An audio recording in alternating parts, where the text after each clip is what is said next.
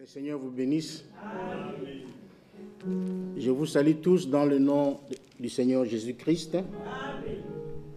Je salue également tous nos bien-aimés qui nous suivent en ligne, et plus particulièrement mon frère Christian, que j'ai vu il y a longtemps, très longtemps.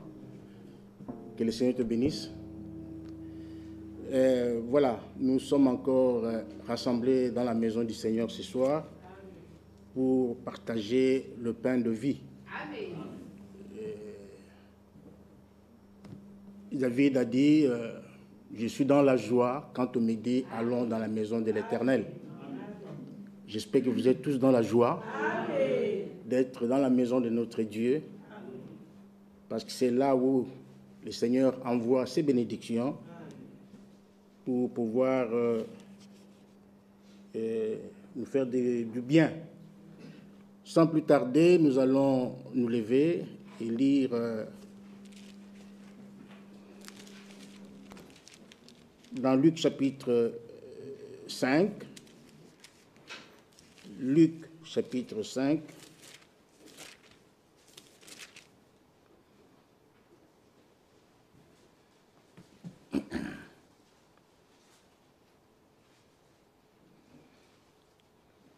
À partir du verset 27 jusqu'au verset 32. Luc 5, 27 à 32.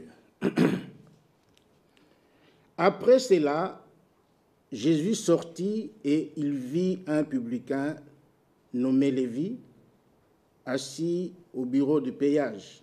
Il lui dit, « Suis-moi. » Et laissant tout, il se leva et le suivit.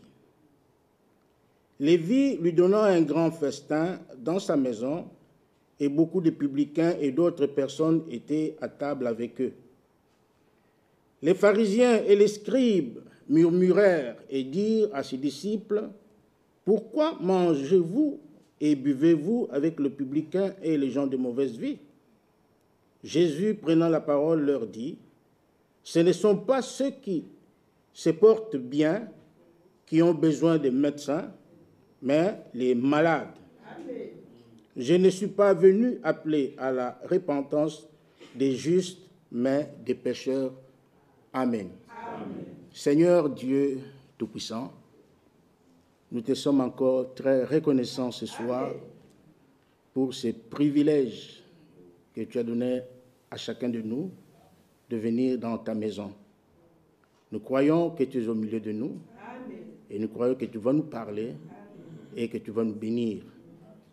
Seigneur, assiste-nous en toutes choses, mais hors d'état de nuire tout esprit impur qui pourrait venir nous déranger ce culte. Sois au milieu de nous, du début jusqu'à la fin. Bénis ces paroles que nous avons lues et bénis ton serviteur. Bénis également mon frère et ma sœur qui vont tendre l'oreille pour écouter ta parole. Que tout se passe merveilleusement bien sous la conduite du Saint-Esprit. Au nom de Jésus-Christ, avons ainsi prié. Amen. Amen. Vous pouvez vous asseoir. Que le Seigneur bénisse la parole que nous avons lue.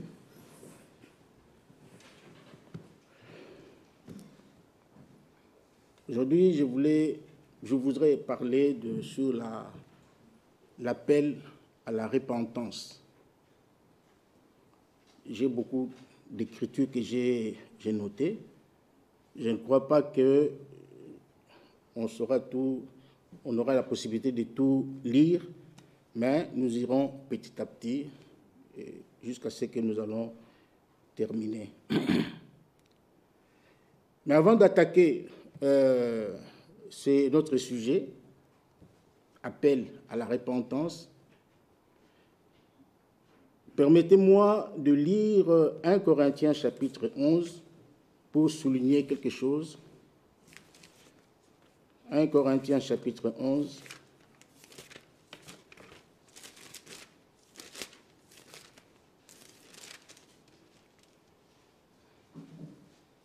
« 1 Corinthiens chapitre 11, à partir du verset 26. « Car toutes les fois que vous mangerez ce pain et que vous... Non, toutes les fois que vous mangez ce pain et que vous buvez cette coupe, vous annoncez la mort du Seigneur jusqu'à ce qu'il vienne. C'est pourquoi celui qui mangera le pain ou boira la coupe du Seigneur indignement sera coupable envers le corps et le sang du Seigneur. Que chacun donc s'éprouve soi-même, et qu'ainsi il mange du pain et boive de la coupe. Car celui qui mange et boit sans discerner le corps du Seigneur mange et boit un jugement contre lui-même. C'est pour cela qu'il y a parmi vous beaucoup d'infirmes et de malades, et qu'un grand nombre sont morts. Amen. Ce passage que nous venons de lire est en rapport avec la Sainte Seine, c'est-à-dire le repas du Seigneur. Mais ce n'est pas ce que nous allons faire ce soir. Nous n'avons pas Sainte Seine. Mais j'ai lu cette écriture pour souligner quelque chose de très très important. Paul dit au verset 29 que c'est lui qui mange et boit sans discerner le corps du Seigneur. Nous voulons parler du discernement du corps du Seigneur. Parce que discerner le corps du Seigneur, ce n'est pas seulement quand nous venons manger le pain et boire le vin ici. Le discernement du corps du Seigneur est quelque chose qui doit nous accompagner tout au long de notre vie sur cette terre. Ce n'est pas seulement quand nous venons manger du pain. Chaque jour dans notre vie, nous devons toujours avoir le discernement. Discerner le corps du Seigneur. Pas seulement en rapport avec le pain. Nous devons discerner le corps de notre Seigneur. Alléluia. Pour mieux comprendre ma pensée, j'aimerais lire Frère Branham dans son message intitulé « Discerner le corps du Seigneur ». Il a été prêché le 12 août 1959. Écoutez attentivement ce que l'homme de Dieu dit. Merci, frère. À la page 5, il dit « Notre destinée éternelle n'est pas du tout déterminée par ce que nous voyons et ce que nous entendons, mais par le discernement que nous recevons concernant ce que nous voyons et ce que nous entendons. » Et il continue de dire, Paul ne leur reprochait pas le fait de prendre la communion. Leur acte était juste, mais leur discernement était faux. Suivez très bien. En effet, prendre le repas du Seigneur est un commandement du Seigneur. Mais le prendre indignement, sans discerner le corps du Seigneur, est quelque chose de mal.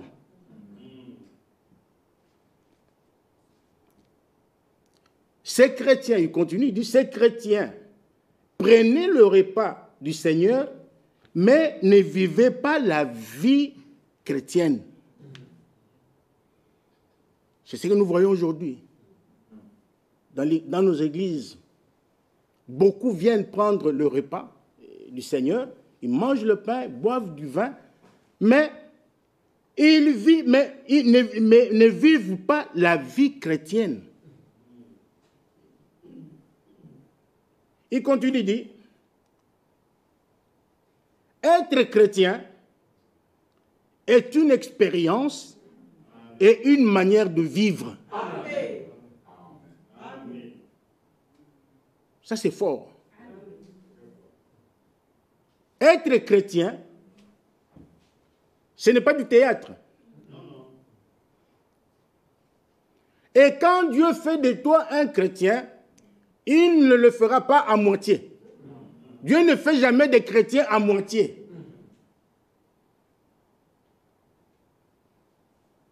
Il dit, être chrétien, j'aimerais que ça nous pénètre. Être chrétien est une expérience et une manière de vivre.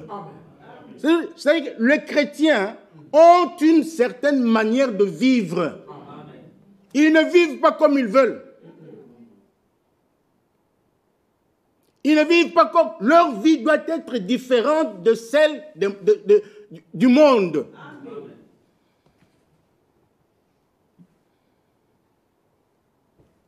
Le problème, c'est parce que nous ignorons. Nous oublions notre identité. Nous oublions que Dieu nous a appelés pour la vie éternelle, pour aller au ciel, pas pour vivre ici sur la terre. Il n'y a rien de bon dans le monde, rien du tout, rien. Nous sommes des pèlerins sur la terre. Nous venons de l'éternité et nous allons dans l'éternité. Donc, être chrétien est une expérience. Il faut avoir rencontré Christ pour devenir chrétien.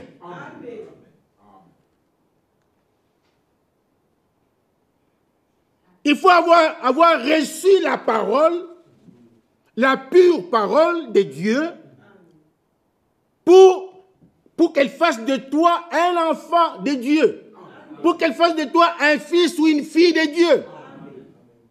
C'est une expérience.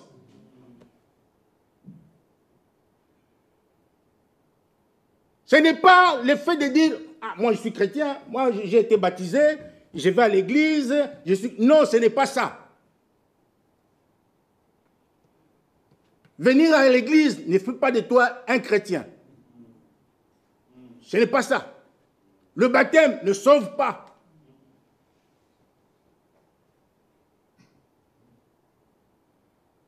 Mais il faut faire une expérience réelle. Une expérience surnaturelle avec Dieu. Dieu est surnaturel et ses enfants doivent aussi avoir des choses surnaturelles venant de Dieu. C'est une expérience. C'est une expérience. Il y a une certaine manière de vivre. Il continue, il dit, et ces chrétiens, donc que Paul,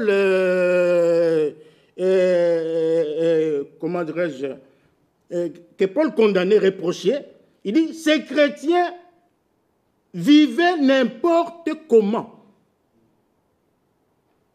donnant un piteux exemple de leur foi.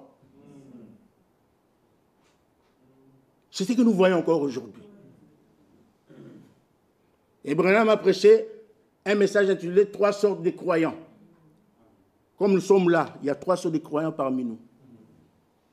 Il y a des vrais croyants, des véritables chrétiens, des véritables élus parmi nous, qui aiment la parole de Dieu, qui vivent la parole de Dieu, qui s'humilient devant la parole de Dieu. Il y a aussi d'autres, des soi-disant croyants, qui ont un pied dedans, un pied dehors. Ils sont ici. Comme Judas.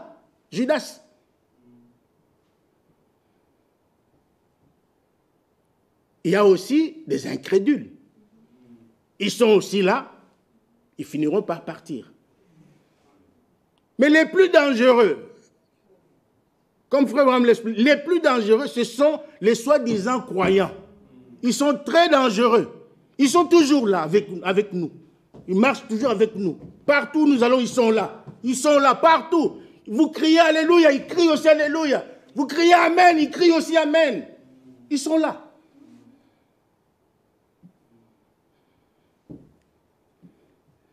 Moi, je ne le connais pas. Je ne le connais. Dieu seul le connaît. Mais nous venons ici pour rencontrer Dieu. Chacun doit faire son expérience. Une réelle expérience. La justification, c'est une expérience. La sanctification, c'est une réelle expérience.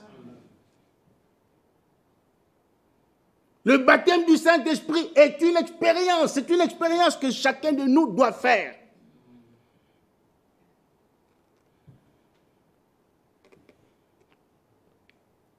Et Dieu attend les derniers, les tout derniers.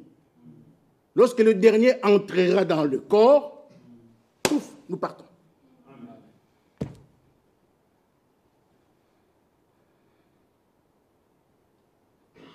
Il continue, il dit, et Paul dit, il y a une bombe, nous allons arriver à la bombe. Et Paul dit, c'est pour cela que plusieurs sont faibles, je reprends d'abord ici, et ces chrétiens vivaient n'importe comment, donnant un piteux exemple de leur foi. Et Paul dit, c'est pour cela que plusieurs sont faibles et malades parmi vous, et qu'un assez grand nombre dorment, ce qui signifie qu'ils sont morts. Pourquoi? Parce qu'ils n'ont pas discerné le corps du Seigneur.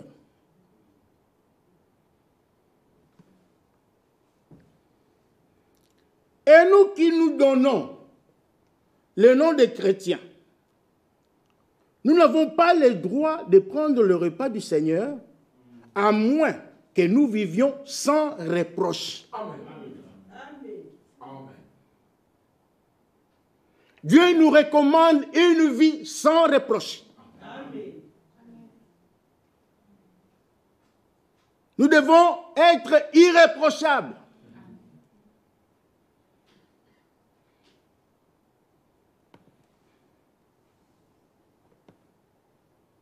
Donc, à moins que nous vivions sans reproche face au monde, nous n'en avons pas le droit.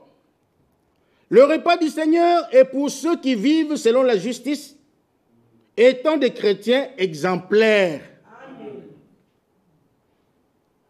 Étant des chrétiens exemplaires. Nous devons être des chrétiens exemplaires. Nous devons prêcher, pas seulement par la parole, mais nous devons aussi prêcher par nos actes, Amen. Par nos vies, Amen. Par notre comportement, par notre habillement. Il a dit là, c'est une manière de vivre. À Antioche, pour la première fois, lorsqu'on a vu un groupe de gens qui faisaient des choses comme Christ, on dit, ah, ça ce sont des chrétiens. Chrétien veut dire être comme Christ.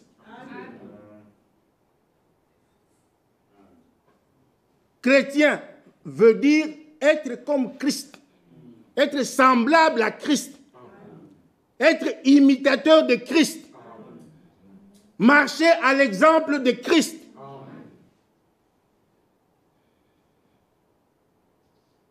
Donc nous devons être des exemplaires.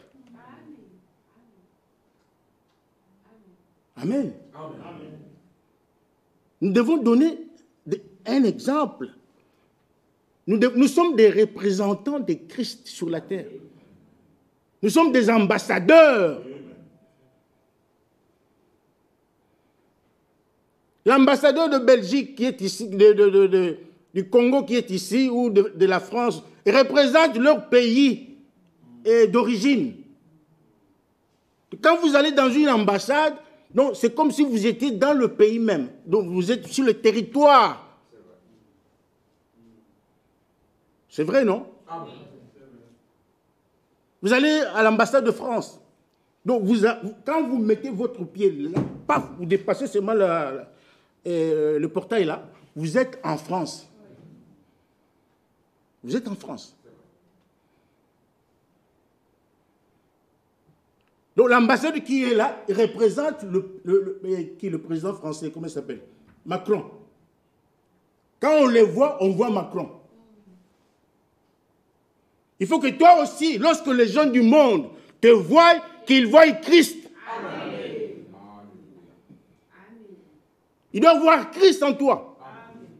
Dans ton comportement. En tout, tu dois représenter le ciel. Amen. Alors quand on a vu ces groupes-là, ça ce sont des chrétiens. Pourquoi? Parce qu'ils ont vu la vie de Christ en eux. On continue, il dit, la pire chose qu'il puisse y avoir au monde est quelqu'un qui essaie, non, la pire chose qu'il puisse y avoir au monde est quelqu'un qui essaie d'imiter quelque chose frauduleusement. Ça, c'est la pire des choses. Il vaut mieux être sincère que d'imiter. Je ne sais pas si c'est Frère Branham ou Frère Franck qui a prêché un message d'imitation du christianisme. C'est Frère Branham. Il y a un message comme ça. On ne peut pas imiter. Il faut être original. Il ne faut pas imiter. Et pour être original, il faut que la parole de Dieu trouve sa place une place d'honneur dans ton cœur. Nous sommes ici pour aller au ciel. Amen. Pour aller au ciel. Ok. Il dit, donc, imiter quelque chose frauduleusement, et il y en a beaucoup trop dans le monde actuel qui imitent. Non, n'imitez pas. Soyez des originaux. Amen. Si tu ne peux pas, tu es incapable de faire quelque chose, implore la grâce de Dieu. Amen. Dieu te viendra en aide. Il est notre secours. Amen. Un secours qui ne manque jamais dans la détresse. Amen. Ça va me continuer. Aujourd'hui, nous ne sommes pas seulement coupables du même crime que celui pour lequel Paul réprimanda l'église de Corinthe, mais encore d'essayer de faire quelque chose que le Seigneur a commandé sans discerner le corps du Seigneur. Et le corps du Seigneur est l'ensemble des croyants. Le corps du Seigneur, c'est l'ensemble des croyants. Vous le croyez ou pas? Amen. Dites Amen. Quand on dit quelque chose de bien, il faut dire Amen. Amen. Les Amen, vos Amen nous font prêcher, frère. Ça nous fait du bien. On voit vraiment que les prédicateurs sont là, ils le savent. Quand on ne dit pas Amen, on va commencer à se poser des questions, mais j'ai dit une bêtise ou quoi? Mais quand on dit la parole de Dieu, il faut dire Amen. Amen. Ça est dans la Bible. Amen.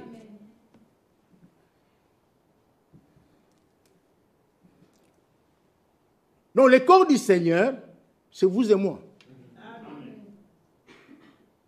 Donc, lorsque tu pêches, tu fais des bêtises, sache que tu es en train de blesser le corps du Seigneur. Tu es en train de blesser le corps du Seigneur. C'est pourquoi j'ai dit que le discernement du corps du Seigneur ne doit pas se limiter seulement à la prise à la Sainte Seine. Non, ça doit nous accompagner tout au long de notre vie. Amen. Nous devons tous les jours discerner le corps du Seigneur. Quand tu fais quelque chose de faux, il faut savoir que ton frère est là. Il faut penser à ton frère. Il faut penser à ta sœur. Il faut penser à l'église du Dieu vivant. Amen. Il faut penser aux frères, aux sœurs pour lesquels Christ a donné sa vie à la croix. Amen. C'est ça, discerner le corps de Christ. C'est ça, respecter Dieu. Parce que Dieu sur la terre a un peuple. Un peuple qui porte son nom. Et ce peuple-là compose le corps de Christ. Alors il faut le respecter. Il faut l'honorer. Il faut penser à eux.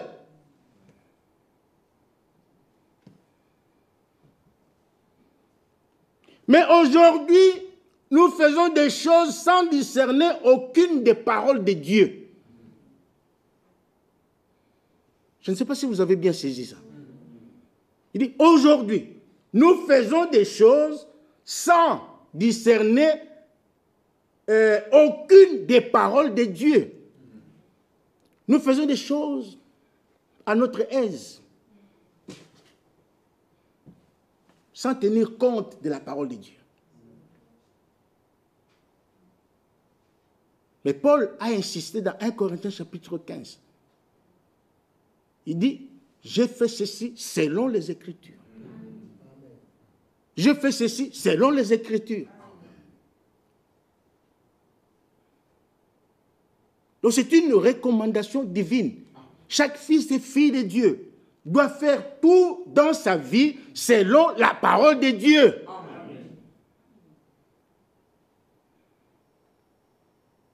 Quand vous faites des choses conformément à la parole de Dieu, là, Dieu vient. Dieu descend pour confirmer sa parole. Mais quand vous faites des choses selon votre pensée, Dieu ne viendra jamais. Élie, dans 1 Roi chapitre 17, il a dit, « Éternel Dieu, je fais toutes choses selon ta parole. Réponds-moi. » Mais Dieu n'a pas tardé. Le feu est descendu. Le feu est descendu et a brûlé le sacrifice et l'autel. Tout a été brûlé. C'était la réponse de Dieu à Élie parce qu'il avait fait les choses conformément à la parole de Dieu. Nous aussi, si nous vivons la parole de Dieu, nous mettons en pratique la parole de Dieu, nous faisons toutes choses, que ce soit dans notre vie, que ce soit dans l'église, Dieu descendra. Amen. Amen. Il descendra. Il est descendu le jour de la Pentecôte. Le Saint-Esprit est descendu pour confirmer sa parole, pour confirmer sa promesse. Tous ceux qui étaient dans la chambre haute avaient reçu le Saint-Esprit. Pourquoi? Parce que la parole de Dieu était déjà en eux, ils étaient nés de nouveau, ils avaient la parole de Dieu, ils avaient obéi à la parole de Dieu. Amen. Alléluia. Amen. Que Dieu nous aide. Amen. Il dit, mais aujourd'hui nous faisons des choses sans discerner aucune des paroles de Dieu. Nous devrions avoir le discernement pour chaque chose que nous faisons. Nous devrions avoir le discernement pour chaque chose que nous faisons. Pour chaque chose que nous faisons.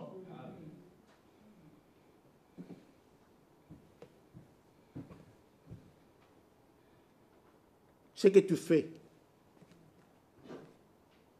est-ce conforme à la parole de Dieu? La vie que tu mènes, est-elle conforme à la parole de Dieu?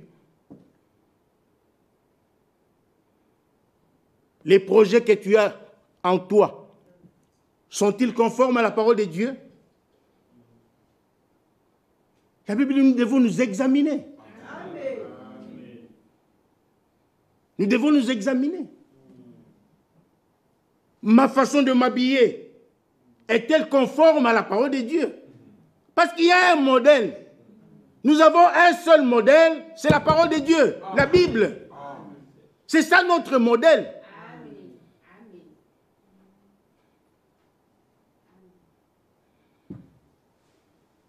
Nous devrions avoir le discernement pour chaque chose que nous faisons. Maintenant, il dit, tout ce que nous faisons devrait être mesuré selon les critères de la parole de Dieu. Un grand amen à ça. C'est la parole de Dieu. C'est la parole de Dieu. Il dit tout ce que nous devons faire. Et dans Colossiens chapitre 3, au verset 17, Paul dit, et ce que nous faisons, tout ce que nous faisons, que ce soit en parole ou en œuvre, faites tout au nom du Seigneur Jésus-Christ. Tout. Pas selon ma pensée. Ah non, pas selon mon père. Mon père m'a dit ceci de faire. Non. Oh, ma mère m'avait dit, m'a dit, non. Celui qui aimera son père plus que moi n'est pas digne de moi, a dit Jésus. Amen. Si c'est que ton père t'a dit de faire est contraire à la parole de Dieu, je dis, papa, désolé, je ne saurais pas. Je dois plaire à mon Dieu. Je dois faire ce que la Bible me dit de faire. Ça, ce n'est pas la rébellion. Ça, ce n'est pas la rébellion. On a posé la question à Frère Branham. Une dame est venue poser la question à Frère Branham. Frère Branham, mon mari me dit de faire ceci, de faire cela. Et tout ce que son mari lui disait, lui demandait de faire, était contraire à la parole de Dieu. J'ai la citation à la maison. Je ne l'ai pas amenée. Frère Branham m'a dit, ma soeur, ne le faites pas. Ne le faites pas. Et si vous ne le faites pas, vous n'avez pas brisé la parole de Dieu. Amen. Parce qu'aujourd'hui, nous voyons certaines sœurs, ah non, moi je ne peux plus faire ceci, je ne peux plus aller à l'église. Non, mon mari m'a interdit. Ah non. Et quand ton mari t'interdit de le faire, 1 mois, 6 mois après, c'est fini. Tu deviens païenne. Tu deviens païenne. Il est écrit dans la parole de Dieu, vaut mieux aller au ciel avec comment dire, manchot, que d'aller. Non, je n'ai pas bien dit ça. Il vaut mieux aller pour entrer, voilà. Il vaut mieux pour moi entrer au ciel avec un bras parti, sans un bras, que d'aller en enfer avec tous mes 2 bras.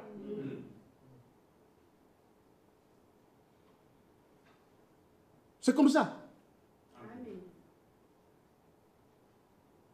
Ce sont les violents qui s'en emparent.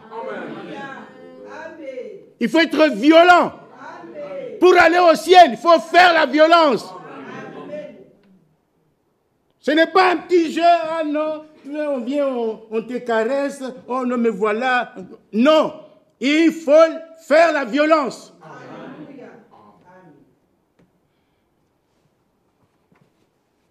Si tu ne veux pas aller, laisse-moi. Moi, je vais y aller. Tu ne veux pas y aller, ne me retiens pas. Il y a un cantique comme ça que nous chantons. Ne me retiens pas.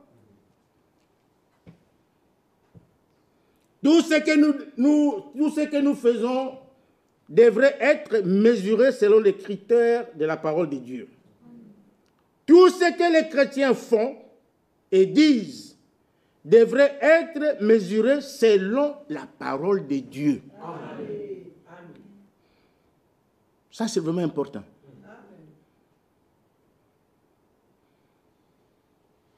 Nous devons vraiment aimer Dieu de tout notre cœur, de toute notre âme. Lisons d'abord Romains, chapitre 12.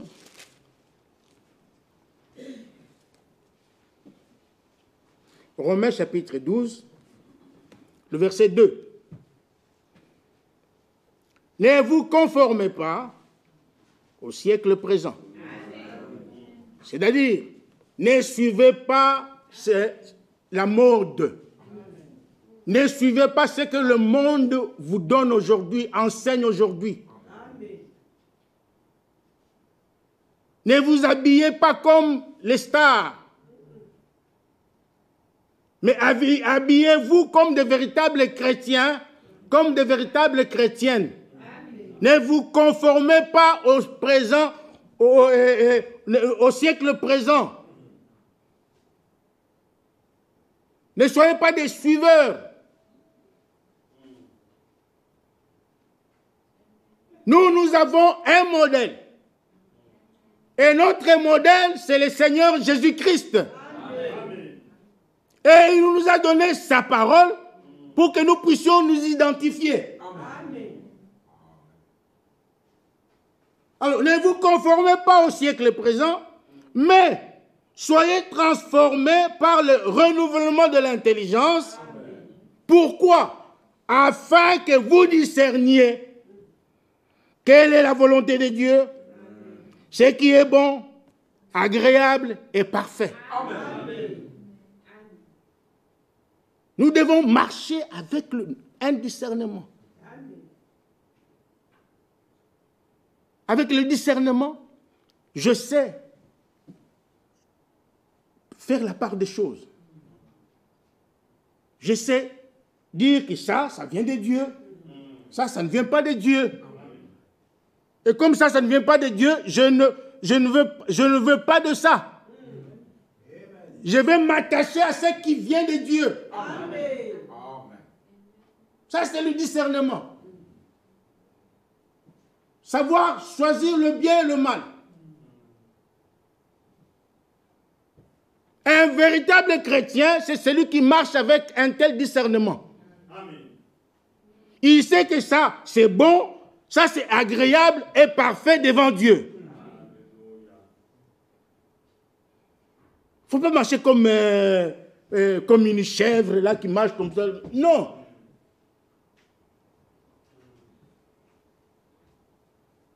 Avant de faire quoi que ce soit, il faut faire travailler le discernement. Amen. Amen. Avant de dire quoi que ce soit, il faut tourner la langue plusieurs fois. C'est ce que je veux dire. Peut-être ça va blesser mon frère. Peut-être ça va blesser ma soeur. Mais si je m'habille comme ça, mais comme tel me verra, que dira-t-il? C'est ça l'amour. C'est ça l'amour du prochain. Philippiens 1.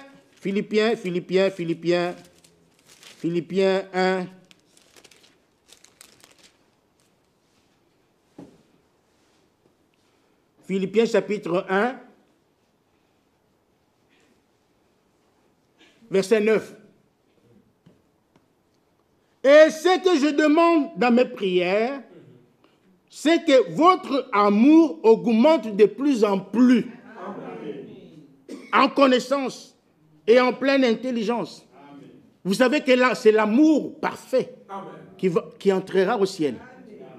Et cet amour, ici, il s'agit de l'amour de Dieu. Amen. Il faut aimer Dieu de tout son cœur, de toute son âme, de toute sa pensée et de toute sa force. C'est comme ça qu'il faut aimer Dieu. Et celui qui aime Dieu aimera aussi sa parole. Celui qui aime Dieu aimera le peuple de Dieu. Celui qui aime Dieu aimera l'œuvre, son œuvre. Parce que Dieu, il faut le mettre à la première place. Il faut laisser Dieu prendre la prééminence dans ta vie. Qu'il puisse régner dans ta vie.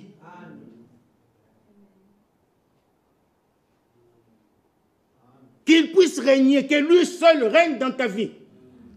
Pas ton mari, pas ta femme, pas ton père, pas ton fils, pas ta mère, pas ton ami, non, Dieu. Parce que c'est lui ton créateur. C'est lui qui t'a créé. Si tu vis aujourd'hui, c'est grâce à lui. S'il décide aujourd'hui, maintenant là, il décide de te reprendre, il fait ses mains, ça c'est fini, tu meurs, on t'enterre. C'est pourquoi nous avons parlé les jours passés. Mon fils, donne-moi ton cœur. Dieu a besoin de ton cœur. Non seulement de ton cœur, mais aussi de ton corps. Amen.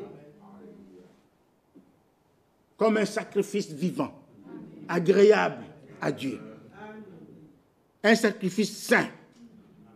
Vous voyez? Alors il dit, Paul dit, je demande dans mes prières, oh ça c'est vraiment un homme de Dieu. Il priait pour le peuple de Dieu. Il priait pour le peuple de Dieu pour que l'amour augmente en eux. Pour qu'ils aient l'amour, que cet amour-là puisse augmenter chaque jour en eux. Il dit de plus en plus en connaissance et en pleine intelligence. Pourquoi? Mais écoutez bien, le verset 10. Pour le discernement des choses les meilleures, afin que vous soyez purs et irréprochables pour le jour de Christ. Pour le discernement les meilleurs. Un vrai enfant de Dieu, on ne lui dira jamais fais ceci, fais cela. Demain on vient encore, mon frère, fais ceci, fais cela. Mais pourquoi non, non, non, non, non, non, non, non. Un vrai enfant de Dieu né de nouveau, c'est automatique. Parce que nous avons dit que c'est une manière de vivre. Il a la vie de Dieu. Étant né de nouveau, il a la nature de Dieu.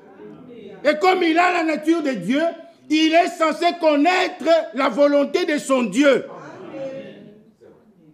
Il connaît la volonté de son Dieu. Il sait que mon père n'aime pas ça, je ne le ferai pas. Si je le fais, je vais l'attrister. Il sait que mon père ne veut pas que j'aille ici. Si j'y vais, il sera attristé. Il connaît la volonté de son père. Comme tout enfant naturel est censé connaître la volonté de son père. Ah, si je fais ça, papa va se fâcher. Hein? Mais tes amis essaient un peu de t'influencer. Non, allons. Si j'y vais, vraiment, si mon père me voit, c'est ça, c'est ça là. C'est ça être enfant de Dieu. Marcher avec la crainte de Dieu. Marcher avec la crainte de Dieu. Et la crainte de Dieu, la Bible dit, c'est le commencement de la sagesse. Donc quand tu crains Dieu, tu commences à être sage. Alléluia. Tu commences à être sage.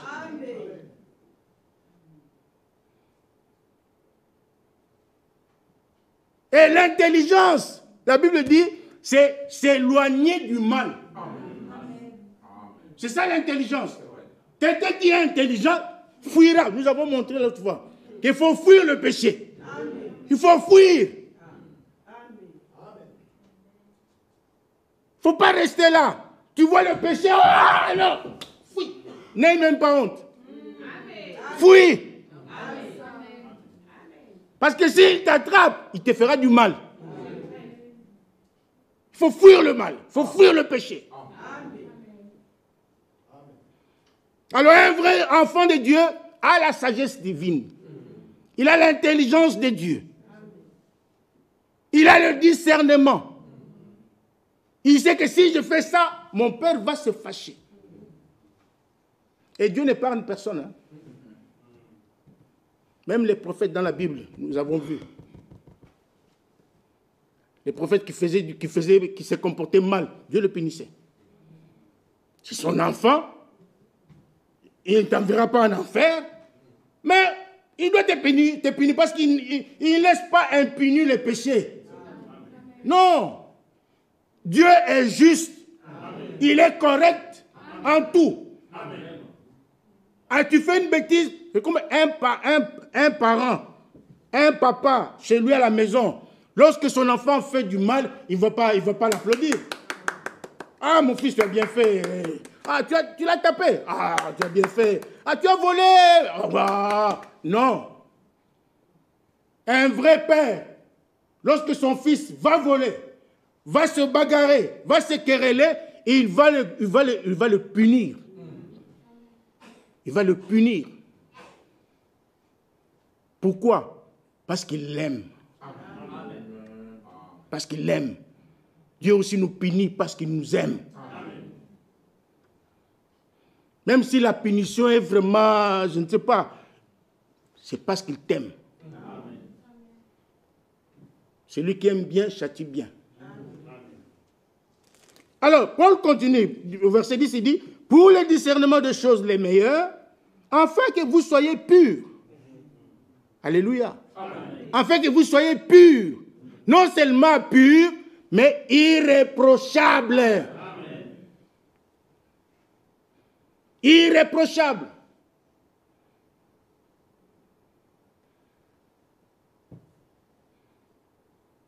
Il faut que l'Église de Dieu soit composée des hommes et des femmes irréprochables. Des hommes qui craignent Dieu. Des hommes qui tremblent. Qui travaillent avec crainte et tremblement pour leur salut.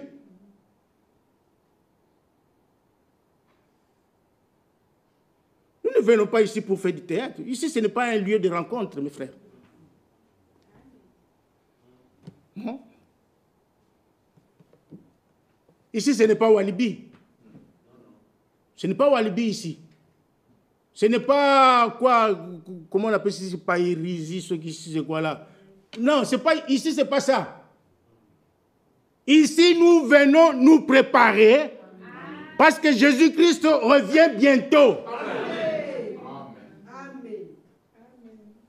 Et il viendra prendre ceux qui seront prêts. Amen. Ceux qui auront aimé son avènement. 2 Timothée. 2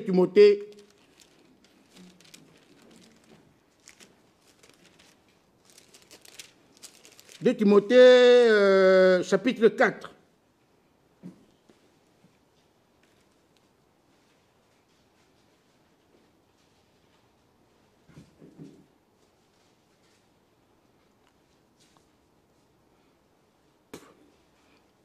Premier verset. Je t'en conjure devant Dieu et devant Jésus-Christ qui doit juger les vivants et les morts. Et au nom de son avènement et de son royaume, prêche la parole. Insiste en toute occasion favorable ou non, reprend, censure, exhorte avec toute douceur et en instruisant. J'espère que je vous prêche avec toute douceur. Hein? Hein? Même si j'écris, hein, mais c'est avec douceur. C'est avec amour. C'est parce que je vous aime. Je n'écris pas sur vous, mais j'écris sur le péché. Je crie sur le péché. Parce que c'est notre ennemi. Le péché est notre ennemi. Il nous empêche d'aller au ciel. Alors c'est pourquoi, donc, déjà vous êtes habitués, vous me connaissez, ce n'est pas avec méchanceté. Donc, censure, exhorte en toute douceur et en instruisant. Maintenant le verset 7, écoutez bien. J'ai combattu le bon combat. J'ai achevé la course. J'ai gardé la foi. Ah, c'est ce que Dieu attend de nous. Qu'à la fin de la course, que nous puissions aussi garder la foi. Que nous puissions persévérer dans la foi. Nous devons persévérer dans la foi. Nous devons demeurer dans la parole de Dieu qui est la vérité. Alléluia. Alors, il a gardé la foi. Et puis au verset 8, il dit, désormais, la couronne de justice m'est réservée. Il était sûr et certain. Nous devons aussi être sûrs et certains. Même si nous tombons aujourd'hui, relevons-nous. Tu tombes aujourd'hui, ne reste pas couché là sur la terre, par terre. Relève-toi. Nous avons un avocat auprès du Père. Jésus-Christ, homme. Il est notre avocat. Ne vous découragez pas. Ah, c'est fini, j'ai tombé, je ne peux pas. Non! Même si tu tombes 10 fois, relève-toi. Jésus-Christ est là. Il voit le cœur. Il voit ton cœur. Il sait que tu veux lui plaire. Il sait que tu veux être agréable à lui. Il le sait. Mais il n'aidera pas les hypocrites. Désormais, la couronne de justice m'est réservée. Le Seigneur, le juste juge, me la donnera dans ce jour-là. Et non seulement à moi, mais encore à tous ceux qui auront aimé son avènement. Amen. Alléluia. Il faut aimer son avènement. Hein, mon ami Christian, il faut aimer l'avènement du Seigneur. Amen. Il faut aimer le retour de Christ. Amen. Il faut l'attendre. Il faut être vraiment... Je voulais dire ça en italien, mais... Donc, il faut l'attendre. Jésus-Christ revient bientôt. Jésus-Christ revient bientôt. Je ne veux pas attaquer mon sujet maintenant parce que je n'ai plus assez de temps. Mais lisons Hébreux chapitre 10. Hébreux chapitre 10, verset 35. N'abandonnez donc pas votre assurance. N'abandonnez pas votre assurance. Soyez sûrs et certains que vous êtes enfants de Dieu. Soyez sûrs et certains que Dieu vous a sauvés. N'abandonnez pas cette assurance-là. Que le diable ne vienne pas vous tromper parce que j'ai fait ceci, tu as fait cela, tu as fait d'autres, tu n'es pas enfant de Dieu. Non. Ne le croyez pas. N'abandonnez pas votre assurance. N'abandonnez pas votre assurance à laquelle est attachée une grande rémunération. Oh, notre Seigneur, c'est le bon payeur. Il y a une grande rémunération qui nous attend. Ne vous fatiguez pas. Ne vous lassez pas de venir à l'église, d'écouter la parole de Dieu, de lire la Bible tous les jours. Ça, c'est un devoir de chaque chrétien. Lire la Bible tous les jours. Amen. Malgré votre emploi du temps chargé, mais ayez au moins 1 heure par jour. Ne fût-ce qu'1 heure de méditation, de lire la Bible, de prier Dieu. Parce que dans la Bible, il y a la volonté de Dieu. Lorsque vous lisez la Bible chaque jour, vous connaîtrez la volonté de Dieu. Lorsque vous priez Dieu, alors Dieu accomplit sa volonté en vous. Lisez la Bible, lisez les messages. Minimum 1 heure seulement par jour, 1 heure. Pas beaucoup, 1 heure.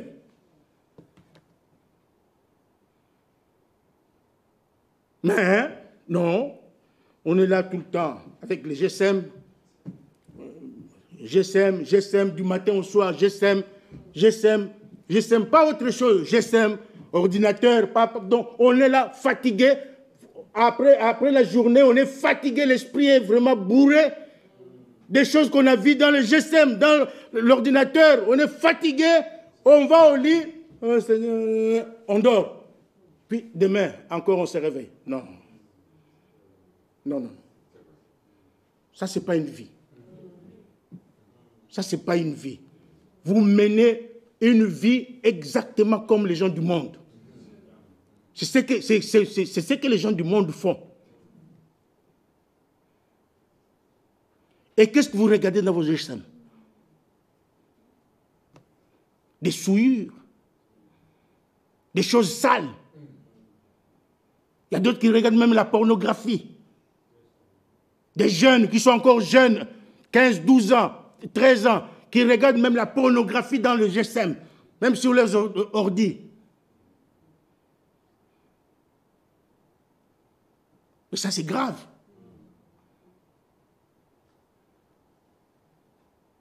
C'est grave. Un chrétien qui a reçu la parole, le message du temps de la fin, avec un GSM, en train de regarder la pornographie. Mais honte à vous.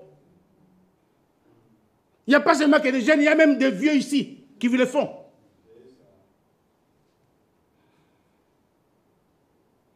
Arrêtez avec cela. Ce n'est pas digne, c'est pas une vie digne de l'évangile. Craignez Dieu. Craignez Dieu. Nous, on ne te voit pas. Moi, je ne verrai pas ce que tu fais. Je ne saurais même pas ce que tu fais dans ta chambre, dans ton geste. Je ne saurais pas. Je ne suis pas Dieu, je ne suis même pas prophète. Je ne verrai pas. Je ne suis même pas sorcier. Mais Dieu, lui, là au ciel, il te voit. Amen. Où que tu ailles, il est là, il te voit.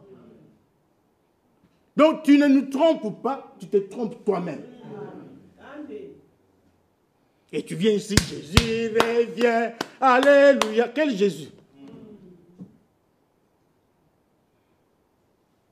Il est écrit que c'est lui qui... Attendez. C'est dans Timothée, 1 Timothée, je pense. 1 Timothée, chapitre 2, le verset 19, écoutez.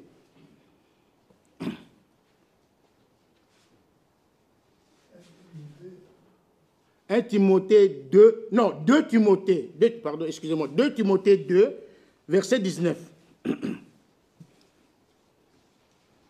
Néanmoins, les solides fondements posés par Dieu subsistent avec ses paroles qui lui servent de sceau. Le Seigneur connaît ceux qui lui appartiennent. Amen. Maintenant, écoutez bien.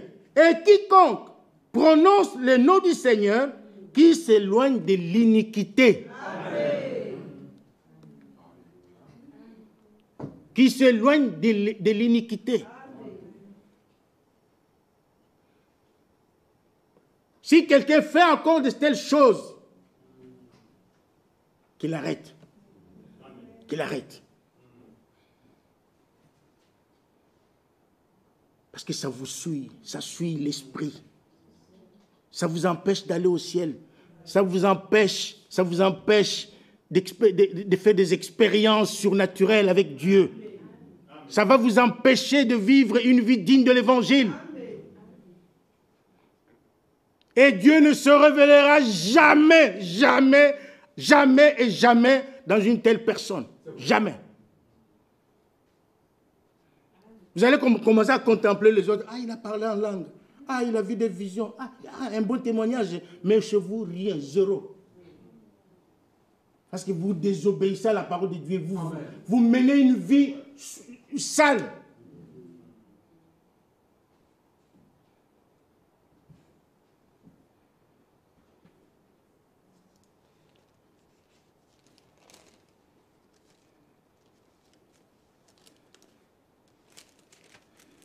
Laissez la parole de Dieu agir en vous. Amen. Laissez la parole de Dieu agir en vous. La parole de Dieu est une sémence. Amen. Quand une sémence est plantée dans une bonne terre, elle doit produire les effets, elle doit produire la vie. Et quand la sémence de Dieu, la sémence parole de Dieu, lorsqu'elle est plantée dans un bon cœur, un cœur qui bien disposé, elle produira les fruits, elle produira les effets pour lesquels Dieu l'a envoyé. Un tout dernier passage et nous terminons. 1 Thessaloniciens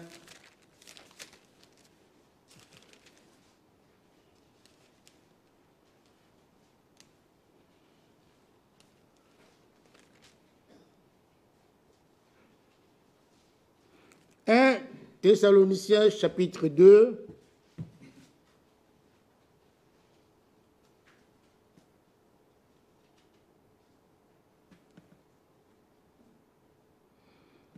Verset 10.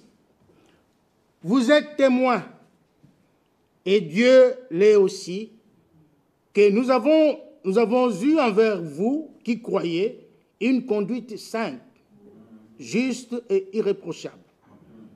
Vous savez aussi que nous avons été pour chacun de vous ce qu'un père est pour ses enfants. Vous exhortant, c'est ce que nous faisons toujours, vous exhortant, vous consolant, vous conjurant de marcher d'une manière digne de Dieu qui vous appelle à son royaume et à sa gloire. Maintenant, écoutez le verset 13. C'est pourquoi nous rendons continuellement grâce à Dieu de ce qu'en recevant la parole de Dieu que nous vous avons fait entendre, vous l'avez reçue non comme la parole des hommes, mais ainsi qu'elle est véritablement comme la parole de Dieu qui agit en vous qui croyez. Amen. Dans 1 Pierre 2, je pense, au verset 7, la Bible dit « Heureux, honneur à ceux qui... » Lisons-le. Excusez-moi, lisons-le. 1 Pierre chapitre 2. Parfois, quand on est agité, on oublie...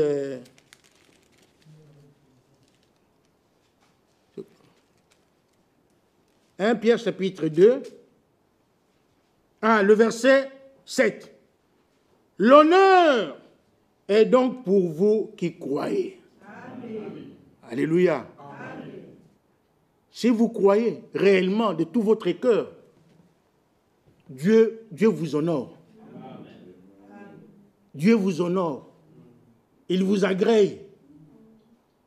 Il faut croire véritablement la parole de Dieu. La croire de tout son cœur, et cette parole agira en vous. Amen. Elle fera de vous des fils et des filles de Dieu. Amen. Alléluia. Amen. Que le Seigneur vous bénisse richement. Amen. Et qu'il agisse dans votre vie.